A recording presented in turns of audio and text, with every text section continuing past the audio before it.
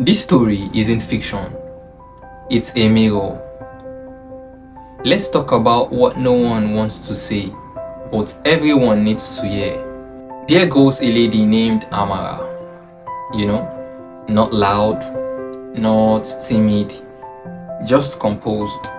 The kind of woman who could walk into a room and sense the tension within 5 seconds, but still manages to smile. You know that kind of person? The one everyone leans on. The one who gives advice, even when she hasn't had time to feel her own feelings. The one they call strong because she haven't cried in front of people. But wait a minute. Do you want to know what they never saw? Well, they never saw how much peace cost her. Amara grew up in a home where survival meant silence, where speaking up meant disrespect, where holding back your tears meant you were well trained. Can you believe that? Anytime she felt pain, someone would say, be strong. Life is not soft. So what did she do? Well, she learned to swallow it. Swallowed her hunger, swallowed her confusion, swallowed pain until her heart forgot how to scream. Fast forward, she's in her late 20s now. Independent, works a decent job, pays her rent. She's keeping it all quite together.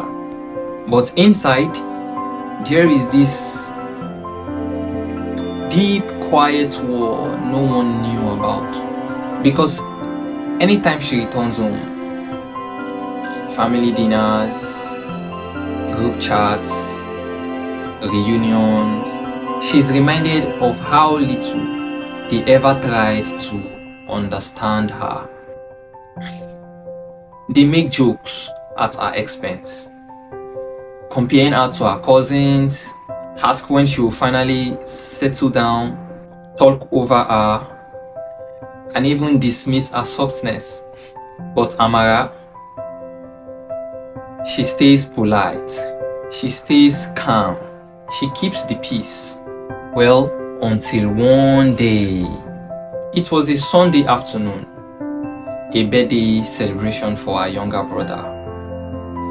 Laughter, drinks, jollof rice, and Afrobeats in the background. But then, it began again. Her uncle made a slick comment about her attitude. And then somebody from the background laughed and added, "She always acts like she's above us. She's just proud." And then someone else chipped in, "All these independent girls, so proud, always filled with opinions." Her heart dropped, her breath slowed, her hands started shaking under the table, but no one noticed. Her mother then added,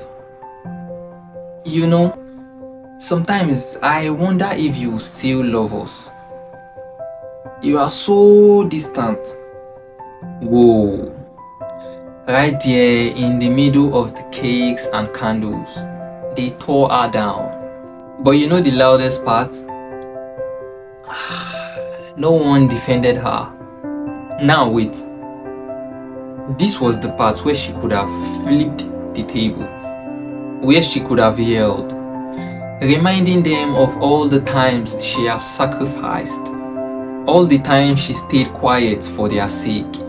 She could have listed every insult, every disrespect, every forgotten birthdays, and even every unsupported dreams.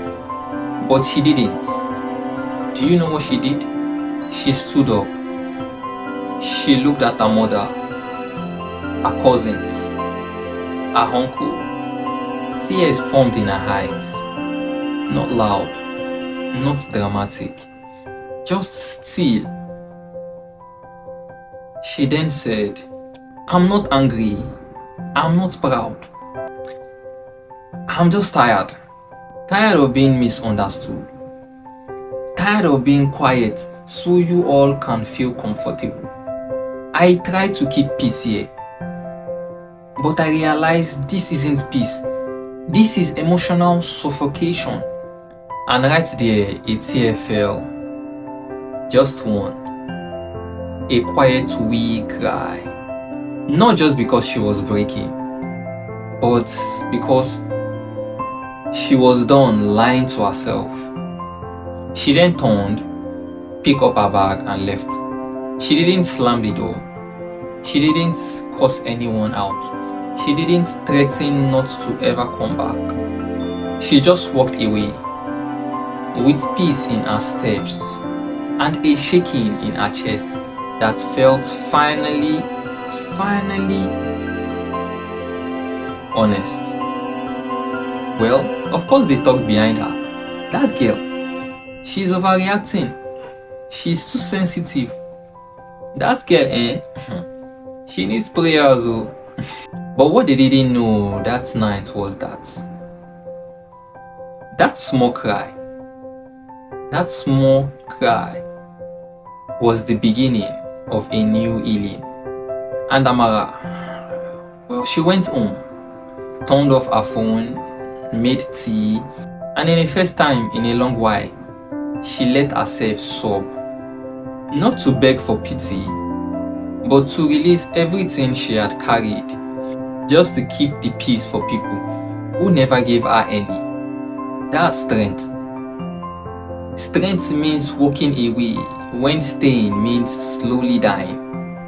Strength is choosing peace over performance. And strength is letting yourself feel without apology. If this story made you pause, then maybe it's time to talk to yourself.